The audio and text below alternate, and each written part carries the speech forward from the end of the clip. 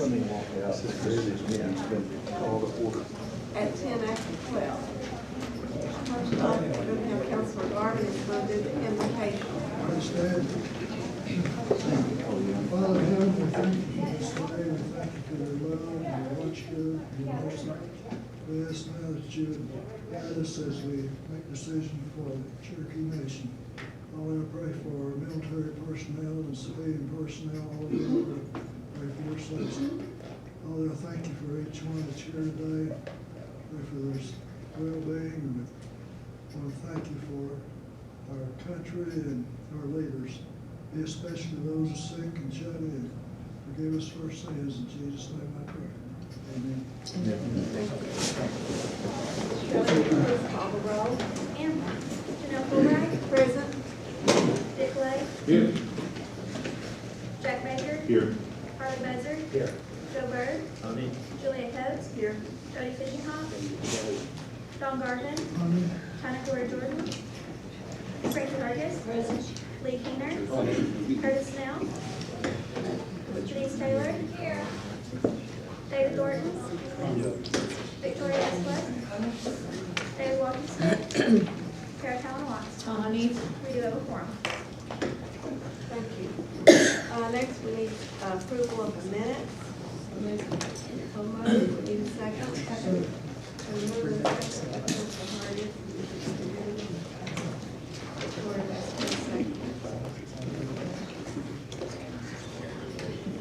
All those in favor of approving the minutes, let it be known by saying aye. Aye. All opposed, minutes are approved. Next, we'll go right into the reports, and we'll hear from Fairmore Group.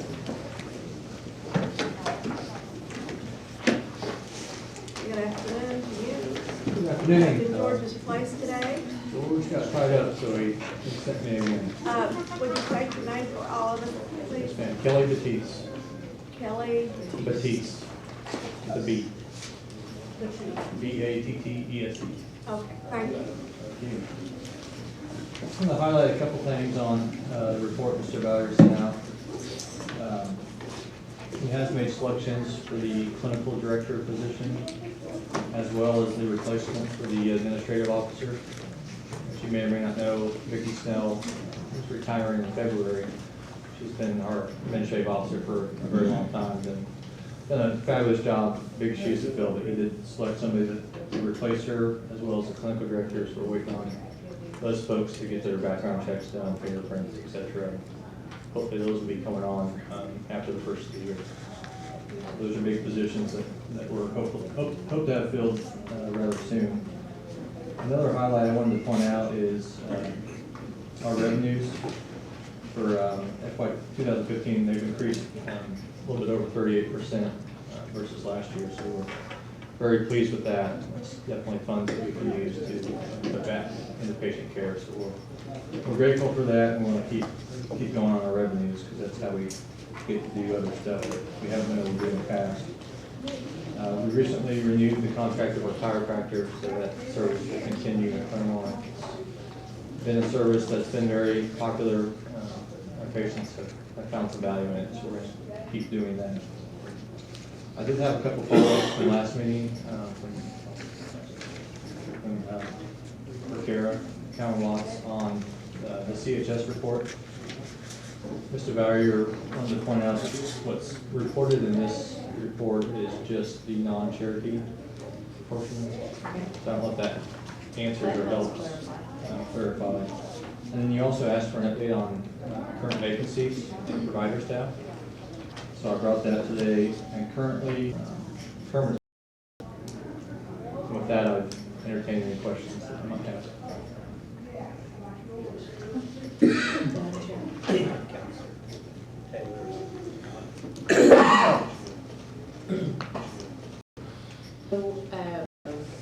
Temporary folks or personnel issues are different than Yeah.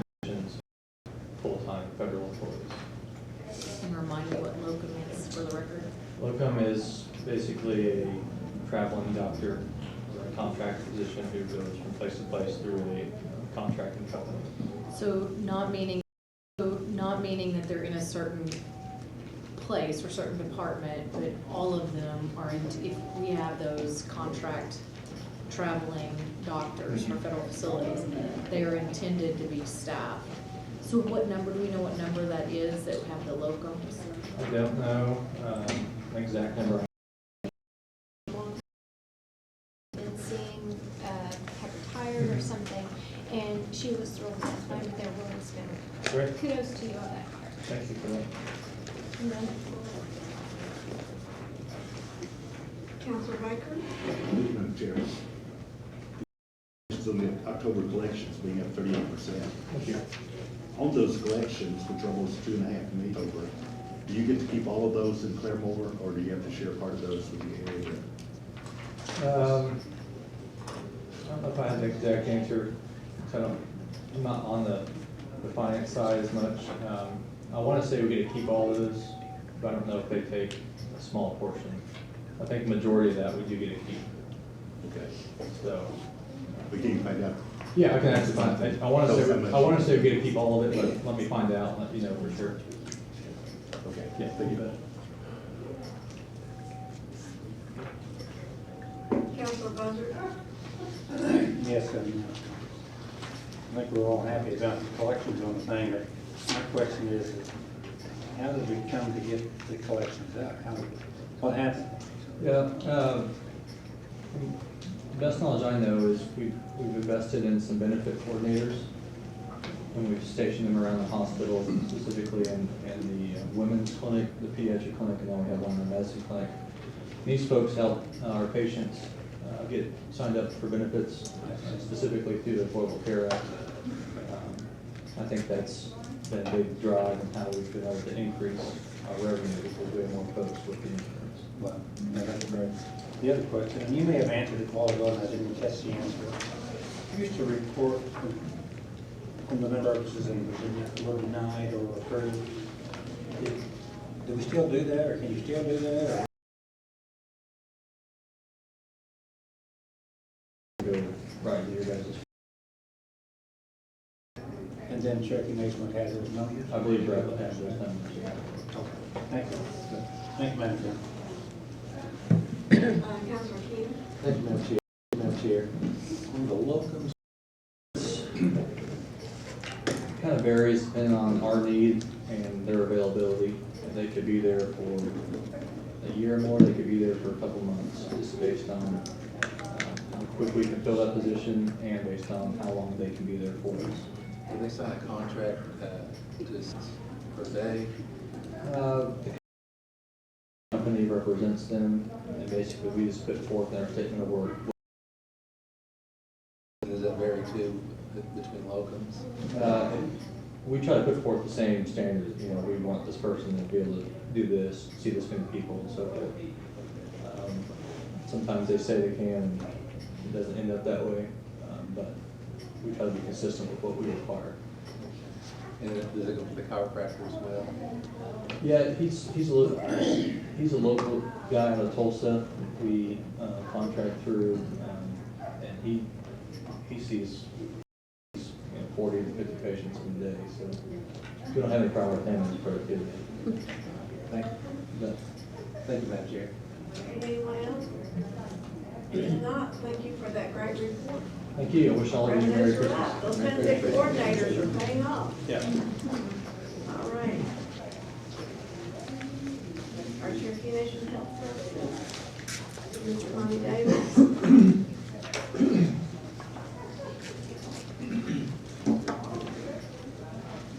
Good afternoon. Happy belated birthday, Vice Chair.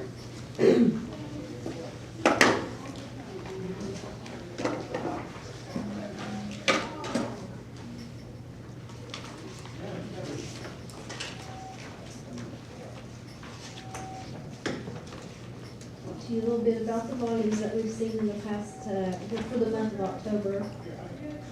Roman King Macular saw 12,123 patients. Redbird Smith saw 10,815. Salina, 9,426. J, 7,737. Novartis, excuse me, 4,822. Muskogee, 15,906. Bartlesville, 2,055. Benita, 7,468. Ladue Clinic, 563. And Hastings Hospital, 35,681. And as you see in the attached documents, our overwhelming majority, over half of our visits are always diabetes related, followed close by hypertensive patients.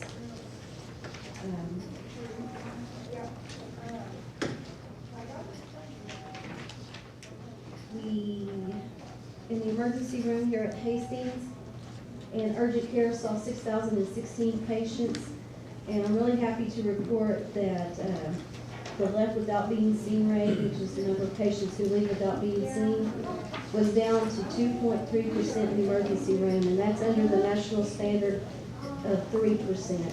These, I was reporting to you 7 and sometimes 10% of patients leaving without being seen. So the entire staff is to be congratulated on their efforts to improve that.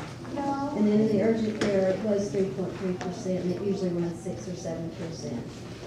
And something Councilor Lady Jordan had asked for the time from arrival to the ER to discharge time, it is 141 minutes. So we're doing really well there.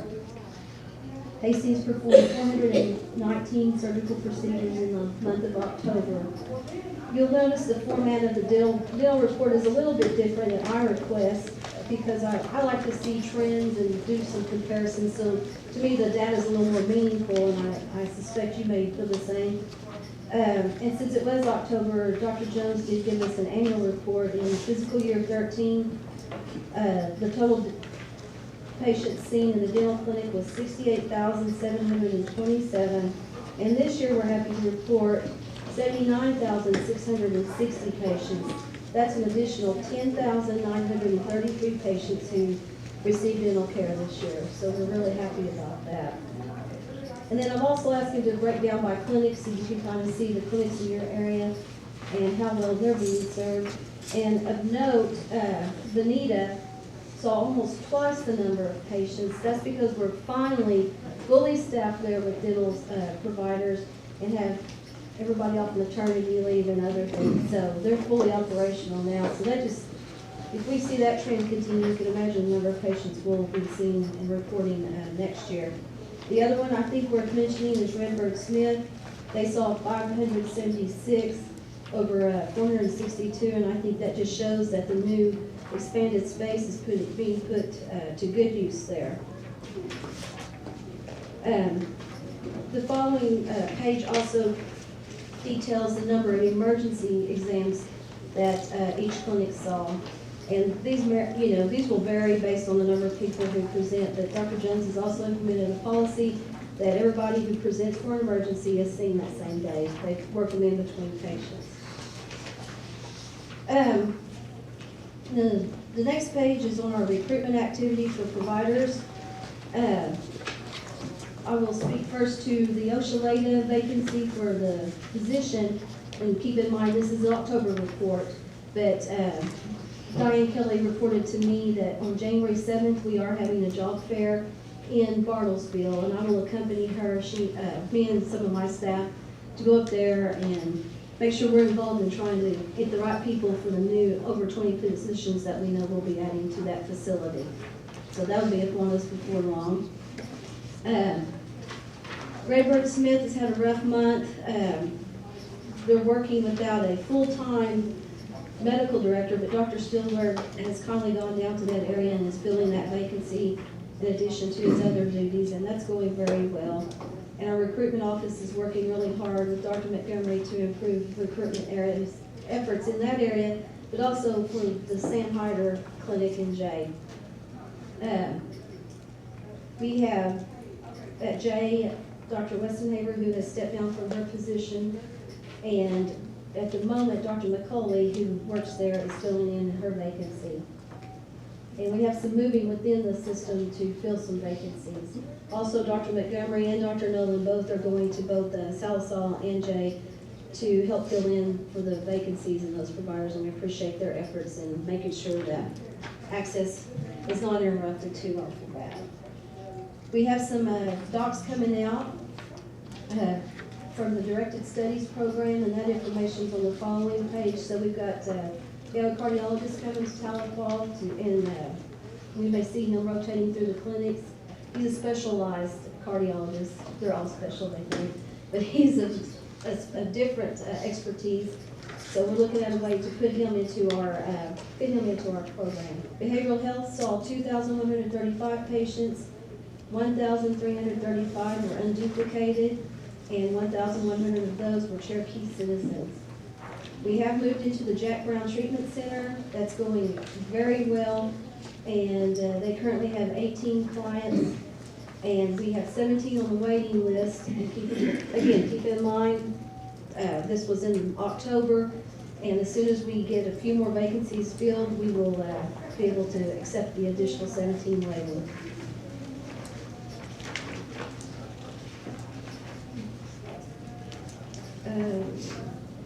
We had an active shooter exercise on October 1st, something that we do risk analysis or risk assessment throughout the health system, and hardly a day goes by that we don't hear about a shooting somewhere. So we're training and practicing our emergency procedures to make sure we're as prepared as one can be in the event an active shooter comes on one of our campus. Ginger Glory, who is the director of our quality management department, was invited to be a guest speaker at a DNB, or accreditation symposium, on a national level.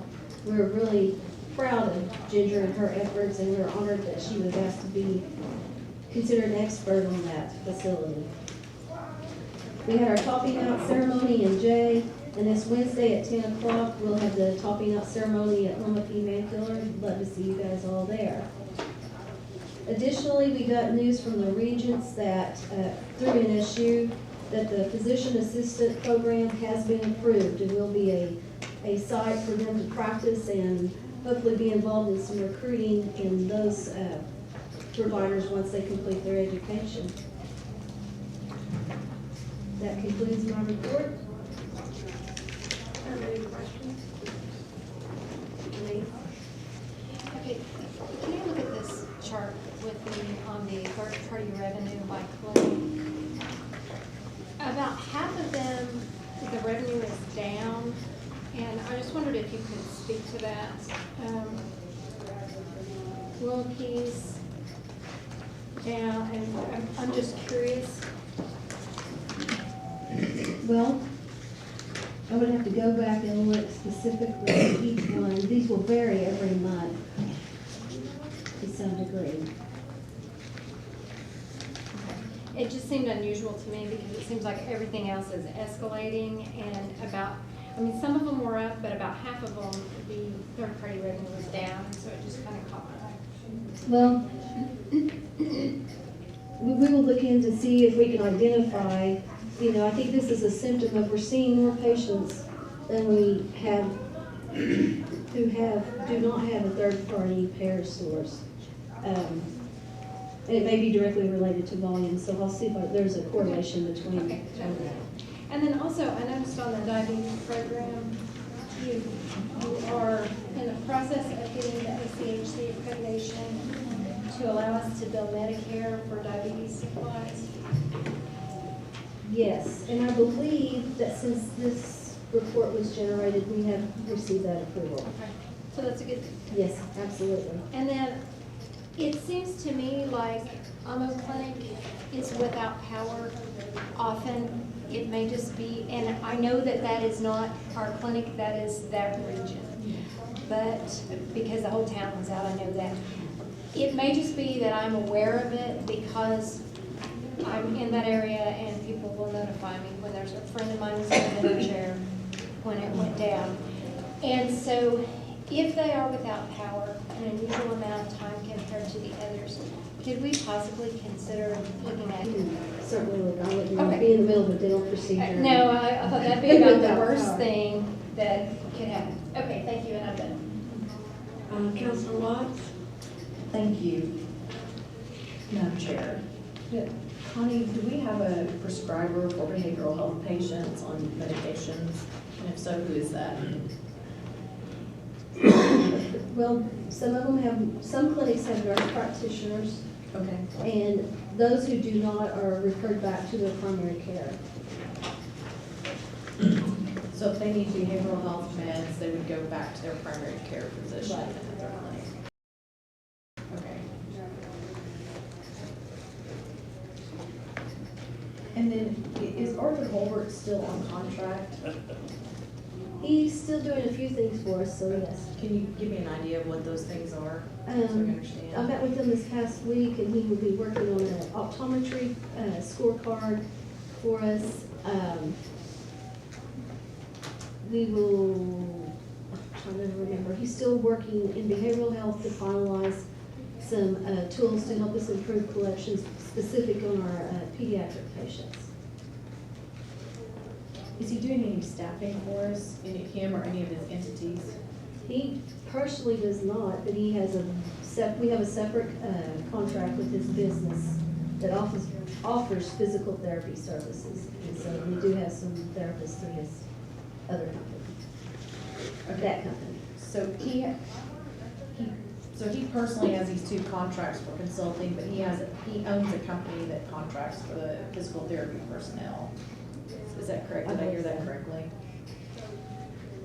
And then, do you have a behavioral health policy in terms of like the emergency room or the primary care physicians that you could share with us for like patient policy or internal policy about how to procedure, like how it works?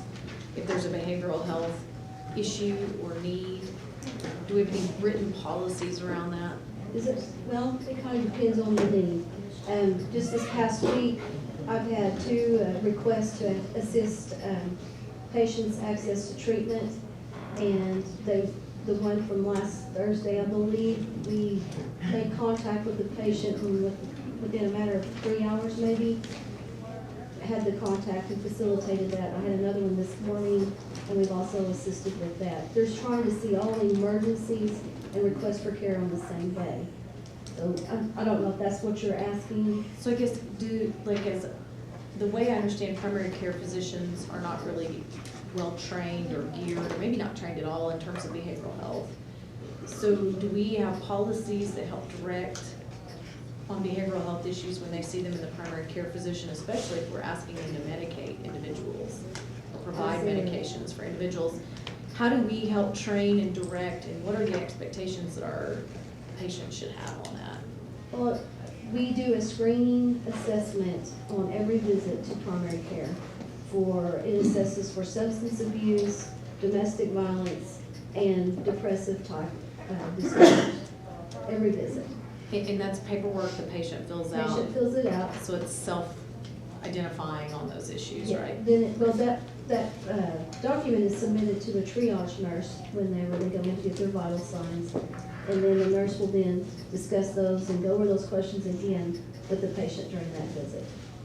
Okay, so we don't have any written policies or training around the primary care or even the emergency room setting concerning behavioral health? I wouldn't go that far because they've all been trained in their training to assess for those kinds of psychiatric needs, and what they feel like they aren't able to manage within the primary care setting, and they will refer out to behavioral health. But I will ask if there is a specific policy to guide them on that. Can I get a copy of that if you do? And then I know that you reported that all those behavioral health backlogs, so to speak, that everybody had been visited with and that we had gotten through. So is that one visit, or have they had follow-up visits and they're now actually patients in our system that are getting seen on a regular basis? That they are within the system receiving whatever care was diagnosed or recommended for them by the provider who did their assessment. I've gotten feedback from some patients, and I don't know if I can get them to actually put anything in writing or come forward, that they're not able to get in for their second visit. So they got the initial visit, but they're not being able to be seen for the second visit. That is the first I've heard anything like that. So could you find out their names? I would be glad to follow up on those. Rather than, apparently they feel uncomfortable, so rather than do that, can we look at it from a statistical perspective of just looking at those numbers? So, because apparently we're paying Arthur Holbert to follow this. So if he's got this list of patients, then he can look and see if they've been seen more than once, or or even more than twice, because that's been 2 months, I right? don't know that Mr. Holbert, just to be clear, has the names of any patients. Oh, okay. He, basically collects data that's reported by our staff. Okay. So you need to know the number of patients who are receiving follow-up after they've been That triaged initial- or assessed. Yeah, so we talked about a month or two ago, had all been seen if they had done additional. And when you talked about dental care, can you define what you mean by dental care? Is that just they have been seen one time a year and they've been had a teeth cleaning? Or they actually mean? It would be a shot in the dark at this. If each of you presented for care, it may be 15 different complaints. Okay, let me, when you say that we have X amount of patients seen for dental care, I want to know from Dr. Jones, does that mean they've been seen once that year or once every 6 months, and that's simply a cleaning?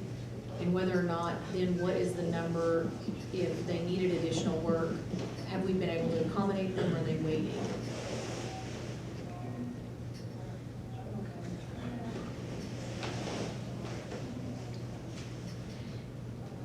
And I know we've talked about our cancer data in the last 6 months, or 3 months, or 4 months of the meetings here. But I'd like to understand the disparities issues on, it seems like we do better than Oklahoma than what was originally reported.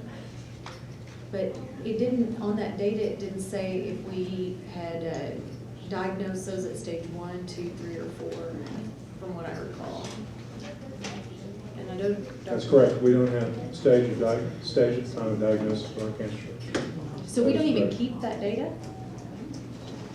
I'm not sure that it's collected. It's a process of getting all these different components of the data, Councilor Watts, but I don't think we have stage of diagnosis. But I'll clarify that with Dr. Khan and let you know. I appreciate it, because I felt like it was an initial discussion, like it was a good starting point, but I'd Right. like to advance past that next month if the committee chair has time on our agenda to talk about rural healthcare disparities and see when we diagnose them. Right. Because on appearance, that data was great, but if they're all being diagnosed at stage 3, 4 cancer, it is not great. Right. So I'd like to understand some of those things. Thank you. And my mind was still thinking and considering about your question on the dental visits. There's some of that information in the dental report as well, but I don't know if it has the detail you want, so. if I'll you- look back over it, and if Okay. it doesn't, I'll send you an email. Okay. that's Thank you, correct. Madam Chair. Thank you, Mr. Chair. Remind me again what we do in dental? What we don't almost do, do everything now in dental. we don't do braces.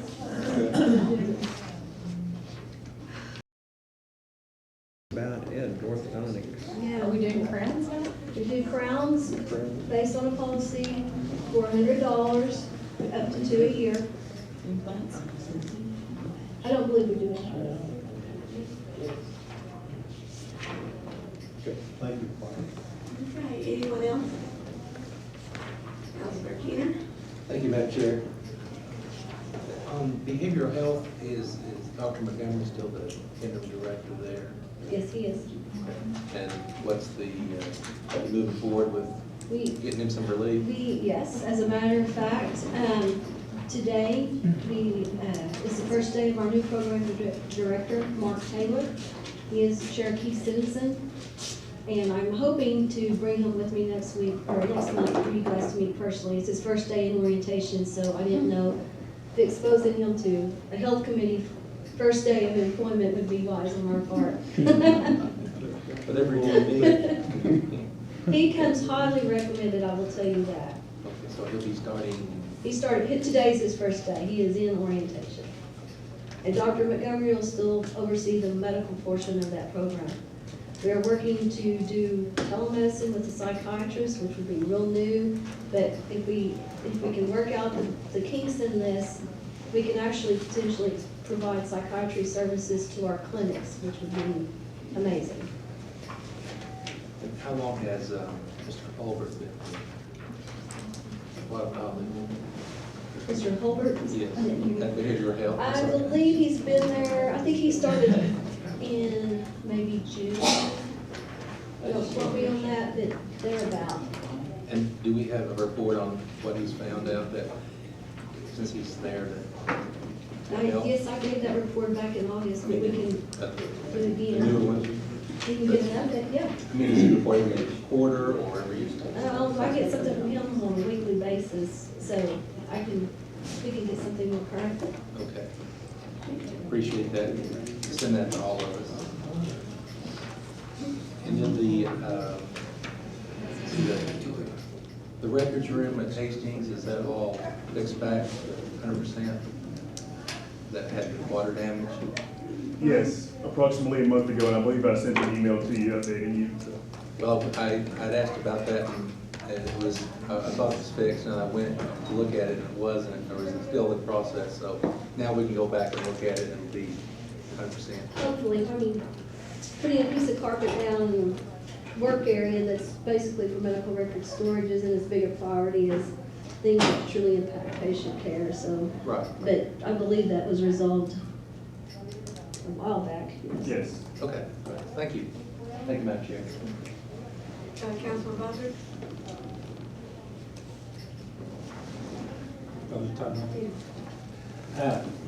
First of all, I want to thank Brian for that report. I asked him last meeting about billing, third-party billing for Medicare, Medicaid, EOBs, and he said the report that they don't send out to you that stuff, so, you know, that's the reason why. I want to thank you, Brian, for checking that for me. The other thing is, you reported on emergency room people that leave without being seen. What's the main reason that they're leaving? Is it because they don't want to wait, or do we know? It could vary, but usually we have too many patients to be seen for the staffing we have.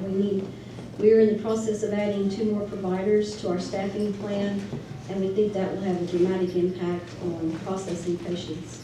And I was just thinking about the emergency room visits, and I know we've talked about urgent care clinics before. Have we ever had any more discussion about it? I know the reason I bring it up, I live in Grove, they have 2 urgent care clinics. And Integris Hospital there at Grove, I know the reason they did it because people go to the emergency room and they flood the emergency room. Yes. So they put in an urgent care clinic, and also another group of doctors put in another one.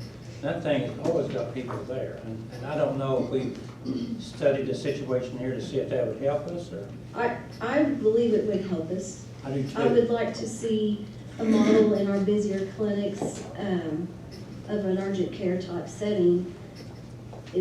Maybe we can look at a proposal for next year's budget, but I do believe, because nobody wants to drive to Tahlequah. Exactly. If you're sick, you don't want to. You need to be seen in your own community, and we feel very strongly about that, but just making sure we have the money to do Well, that. I'm glad to hear it, because I think it would put a lot of relief on patients, and of course, you'd have to get it staffed up, you know, for the weekend or whenever you're gonna do it, but still, I think it would really cut down on patient visits to our clinics. Yeah, I think, I mean, just in general, if we just had even like a Friday, Saturday, Sunday, Exactly, yeah. because in most cases, we can get them into the primary care doc in our clinics, and so. Good. I hope this will materialize that. And just a few more things. The pediatrician at San Antonio Clinic, I hope they're going to look at replacing that person. Yes, we are. Good. Another thing, and I don't want you to feel like I'm griping, but I guess I'm just telling you this, my experience and some of the experience of the patients who go to our clinics is the way they're greeted. And I'm going to just give it a good example. The person is sitting in the window, or on the telephone, and you have 2 or 3 people lined up. They don't acknowledge the person is standing there waiting because they're on the telephone. You know, I think it'd be helpful if they just say, "I'll be with you in a minute," and go ahead and finish up what they're doing. But some of that doesn't happen. They get on the phone and it just talk, and they may be on the phone for 5 minutes or 10 minutes, but that's just courtesy to people to say, "I'll be with you in a minute." Well, one would think, huh? Yeah, and then, yeah, one would think, and the other thing, and I don't want you to feel like I'm griping about the people that work for us in our clinic, but it's the dress code. I don't know if we have a dress code or not, but I have seen some of them walk down the hall with T-shirts and shorts on. granted, you know, they have this card that shows they're employed, but I wouldn't know if they were employed at Cherokee Nation or but I'd like to see a little bit something different than that as far as, We, and the reason they tell me that, well, we work behind, we don't meet the patients, but still they do, they walk up and down the hall, so. I have very strong feelings about dress code in a Good. healthcare facility. I mean, it's hard to trust somebody in a t-shirt and a Good. pair of shorts, I'm glad to hear that. despite what your job is.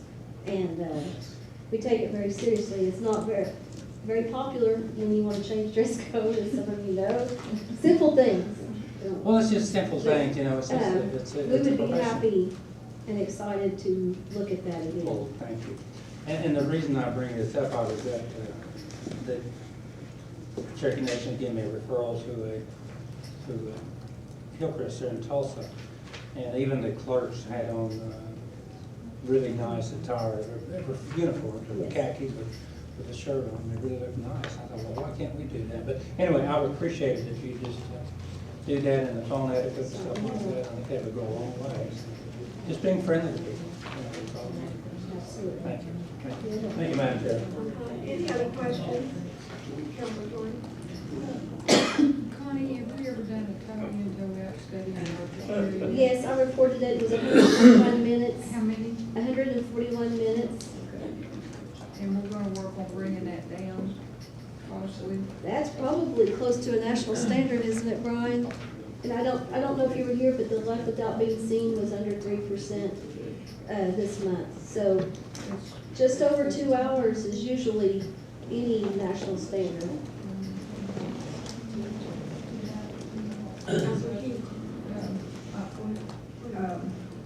And on the call-ins that are asking to, at all the clinics, now I know I visited with you about that one, but apparently at most of the clinics, we're still under the operating procedure of you gotta call in that morning to get that day's appointment. Is there some way we can look at that policy and see if they're calling in the day before or a couple days ahead of time and need an appointment? Can we try filling some of those instead of the standard call back in and I it's like a understand. lottery deal? Yeah, yes. We have some that we can schedule as drop-ins and advance, but we also leave space for those who physically show up and need to be seen. So there are some days they're all filled, and there are days that they're not all filled. It's just a gamble. So, but we can relook at that and take it back to the medical staff. I And honestly don't know how we can fix it, but let's take another look at it because it's, I know to the people calling in, it's urgent right then. it is. And they're told, call the next day, well, maybe they get in, maybe they don't. And if we're talking flu or something, every day that we let that progress could be a serious problem for us. If we could just relook at that policy. I would like to be able to take their names and call them back, so Well, why can't we? I believe we can. I mean, why can we not? I know what the standard answer is, but I think we need to start thinking a little different. Mhm. I'll have to follow up with you on that. That's a real good idea, let's call it back, because they're just sitting there getting sicker. I'm happy to do that. Thank you. I know they're trying, but that's a real good idea, let's just, there's no reason why we can't implement it. It seems simple now. Yeah. Well, it can be simple from the top to the bottom. You don't get a choice. Thank you. Councilman Thornton? Yes, on that same matter, I'm sitting here looking at the vacancies. And when you have 2, 3 doctors or physicians that you don't have, and only 2 or 1 are seeing all the patients, it's hard to call in and get an appointment. It is. I think our biggest problem is staffing. That is. It's our hardest problem to solve, I realize that. And so if we could work on our staffing a little bit, I think we'd solve some of these problems that's out here. You're right, and we've been more involved with our recruitment office, and we've got some plans, especially in the Salisbury J area, because we're very concerned about the number of providers who turn over in those clinics. And we've got some strategic ideas, and Dr. Montgomery and I, along with Brian Hell and Dr. Graham, plan to be more actively involved in the recruitment efforts in those specific areas, physically. Yeah, I think we need it bad. And I probably have about 10 questions, but I'll either email you or call you. Call me at 10 And I think o'clock we can- tonight. Haven't said it before. I've got Thank one you. quick question. Do you have any idea, I know it's very near, for the opening of the remodel at Redbird Smith, the new building? To be fully operational, Mhm. I'm thinking mid-January. That's a guess right now. Yeah, it's a guess. We're waiting on the equipment, and you're It probably well looks aware. really good from the outside. Everybody's getting anxious down there. We're excited too. We couldn't, pay for equipment till we had this year's budget, but we've got everything ordered probably the same week we got the budget approved, so we're into this fiscal year, so. All righty, we thank you for, oh, sorry, Councilor Keener, thought I already had you down. Thank you, Madam Chair. This is my second go around. I thought the other question was on staffing as well. Our Mod 4, which will go to full council tonight, there's a lot of new staffing in that. So will that help alleviate right now, but then when we open, what we're going to vote on tonight, is that for what's current? To fill all those short staff? That will, I believe, do the vacancies at Oshaleta. I believe it had the emergency room doctor and urgent care doc or provider mid-level in there. Well, it's got dental billing, custodians. Those are all positions for the clinic in Oshaleta. Okay. And so will we still be short on doctors and healthcare providers? We Even will with be this? because of existing vacancies, not that we Okay. don't have them budgeted. You guys have kindly given us the money, the funds to recruit. We just need to be more diligent in our recruitment efforts. Okay. And then how about equipment too? I think, are we still like about 10 million behind on that we'll need for more equipment? I'm not sure on that. I think Well, we're I thought good. we thought we were up to 15 million, and I heard at one time we needed 25 million to get everything we needed. Is that wrong? Yeah, it's never, 15 million for the clinics is pretty much the number we've That's pretty been close. really I mean, close to. between furniture, major medical, and IT costs, it's somewhere right in the 15 million to 17 million range. And as we're starting to get all of that ordered now, I mean, we've got Salisa, I think, completely ordered now for all components. We're working on getting all of Oshaleta ordered right now, and then we'll move on to Jay and Stillwell immediately after that. And as we get on to those clinics, the numbers get refined, a little bit more. We have the best estimates at the time, but there's always a few pieces of equipment you needed that weren't anticipated. But and we think that we have adequate funding now to do that, but I would also reserve that comment for another Yes. month or two later to. Well, it's always more than you think. Yeah. Well, we anticipated being able to move the J dental equipment, but when Dr. Jones went to make those plans, all of that equipment is now obsolete, so we couldn't move that equipment. So little hiccups like that come up, and we have to back up and punt, if you will, and ask you guys to reconsider again. Okay. Thank you. Thank you, Madam Chair. Dr. Jordan? That extra doc that's coming in tonight in our budget mod for urgent care, that should cut down our toe in, toe out, won't it? It will help. That will bring us to how many on that? Oh, Brian? 11. 11, To split amongst the shifts. yes. Yeah, that should Because I'd like to get that under 2 hours. I'd like to challenge y'all to get that under 2 hours. I know we'd be beating the national standard, but we can be better than Well, the I don't national mind to do standard. that. We can try, just to say we did. All right, thank you.